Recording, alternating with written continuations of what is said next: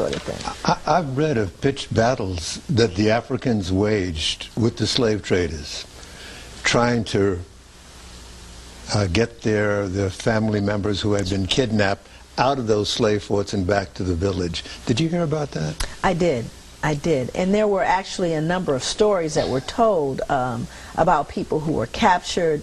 One was Yaa Asantewaa, who was an incredible woman that actually fought back against the enslavers who were trying to usurp some of the artifacts, one being the golden stool, which has a very, very important place in Ashanti culture.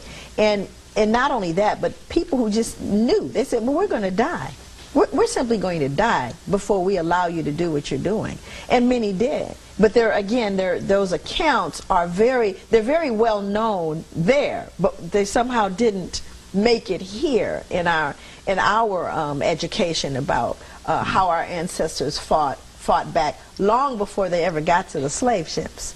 You see, there is no real distinct history of the inland walk from the interior of Africa to the coast.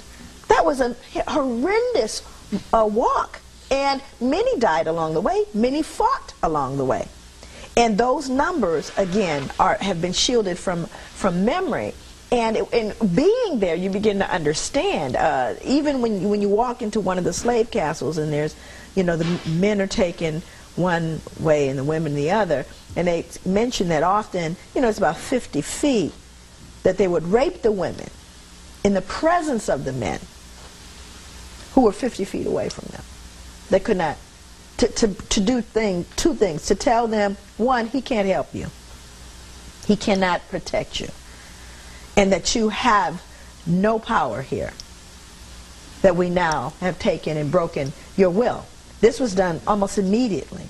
The thing that I think was probably, for me, changed my thinking around how I would have written the book. When I wrote Post-Traumatic, I started with this whole idea of the transatlantic slave trade, but I didn't understand that first part. I knew it through books, but with what I know now, I would have written the book differently. I would have clearly. Okay, let's take another break. Maybe I can recoup from what I haven't seen, really. And so it's impossible, really, to grapple with all of the emotion that you are transmitting, much less what you went through while you were actually there.